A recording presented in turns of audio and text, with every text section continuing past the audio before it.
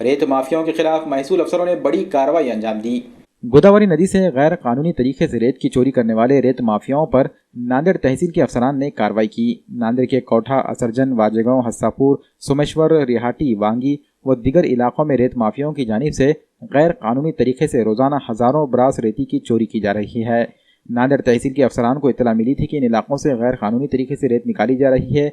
सब divisional officer Latif Pathan, तहसीलदार Mogaji Kakade, Dahi police station के API Mangesh Thorat, police constable Jujare, Gonkar, मंडल अधिकारी तलाठी व दीगर मुलाजिमीन की टीम ने मौके वारदात पर पहुंचकर कार्रवाई की और 100 से ज्यादा ताफों को जला दिया गया और रेत की चोरी के लिए इस्तेमाल किए जाने वाले सामान को अपने कब्जे में ले लिया। इस मौके पर सब डिविजनल ऑफिसर लतीफ पठान ने गैर कानूनी तरीके से रेत की चोरी करने वाले रेत माफियाओं को इंतबाह दिया कि वो जल्द अज जल्द अपने ताफों को नदी से बाहर करें, वरना इन पर कानूनी कार्रवाई करते हुए मुकदमा दर्ज किए जाएंगे।